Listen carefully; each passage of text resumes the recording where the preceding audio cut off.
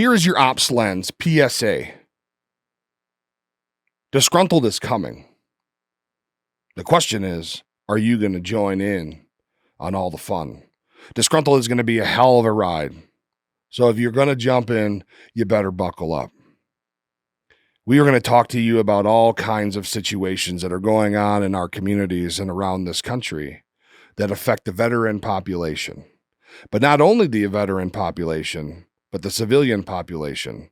You see, the problem is that there is a gap between military and veterans and civilians in this country. Not necessarily everywhere, but there are a lot of things that happen in the lives of veterans around this country that we don't get to hear about. Fox News, MSNBC, CNN, your local stations, your radio, your XM stations, all of them tell you anything that pertains to veterans and military stuff that they're told to tell you. We're going to talk about things like, what does thank you for your service actually mean? If you are a person that makes it a point to thank every veteran and soldier, even police officers, firefighters, first responders, but if you are a person that thanks all these people, but you don't know why you thank them, this is the place for you to come and get an idea of why you do that. You see, I believe that for many people, thank you for your service is a programmed response. As we were working through the longest war in our country's history, it was everywhere. Thank the troops. Say thank you to a soldier or a veteran when you see one. Support the troops. Thank the troops. Support the troops. Great. And that's great. But do you really know why? Do you really know why you were saying thank you for your service? Do you really know why you appreciate that man or woman standing in front of you that at one point in their life walked into a recruiter's office, put the right hand up in the air, and swore an allegiance to this place, to this land, to this country, to you? And then had the fortitude to go ahead and write out a signed check for the cost of their life, if necessary. Men and women who took a knee and hugged their children and kissed them goodbye, not knowing if they were ever going to see them again. Those are the people that you're thanking. And the question is why? And so here on this show, we hope to be able to give you an idea of why, and then let you find out your why. And maybe you know already, and that's fantastic. But I believe that a lot of people don't. We're going to talk about things like, what does the flag really stand for? I recently saw a pretty long commercial for the Wounded Warrior Project. Now, the Wounded Warrior Project, in my opinion, does some pretty cool things for veterans and their families.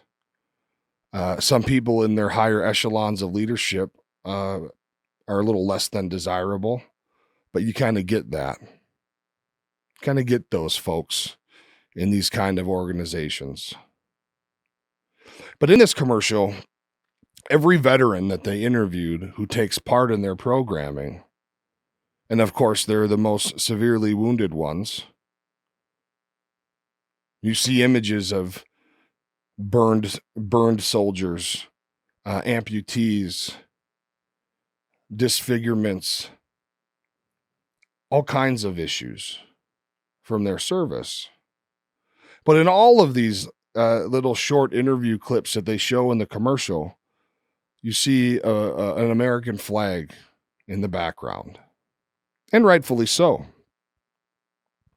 And it got me thinking, what does the flag really stand for? You know, you get a lot of people and you hear a lot of conversation that says that the flag stands for racism and the inability for us to support one another. Stands for hate. And so maybe that is true for some people. But I'm here to tell you that for the men and women that were in this commercial, for me, for people like Jason and many others that I know, the meaning of that flag is the complete opposite. And for them, for these people, these veterans in the commercial, the meaning of the flag was very real, and it still is. And although we can say that we fought and we sacrificed for the idea of that flag, and also for the idea that you hate it if you are one of those people, that's not enough. So we're going to talk about things like that. This is why we are here. Our government, for example, has been talking for years and years and years about the extraordinary lengths that they're going to make a difference in the lives of veterans. And what I will say is they have done some of that. I've had good experiences at the VA, but I can also say that they almost killed me by over-medicating me with liquid morphine when I had an operation. The frontline workers at VA facilities are usually amazing, but it's the slimy people up top, the ones that make the rules, the ones that make promises to further their own careers and line their pockets. These are the things that we're going to talk about on Disgruntled. We're also going to probably get into some pretty funny stories about our service. We're going to bring you people who have also served, who have their stories to tell. The cool thing about the Disgruntled podcast is that we're all just regular guys. We're all just regular guys that chose at one point to walk into a recruiting office, raise our hand, and swear an allegiance to this flag that people say that they hate. Because for us, the idea of the flag and what it stands for is very real. My feeling on it is, if you believe that this flag in this country stands for hate and oppression, then go somewhere else that doesn't. But while you're here taking advantage of the opportunities and the freedoms that you are afforded as an American citizen, don't stand up and talk about how you hate the flag and how you hate this country. If you hate it, why are you here? And so without getting down the road on a soapbox right now, what I'm going to tell you is we're coming. So come this Thursday at 7 p.m., make sure you tune in because we'll be here.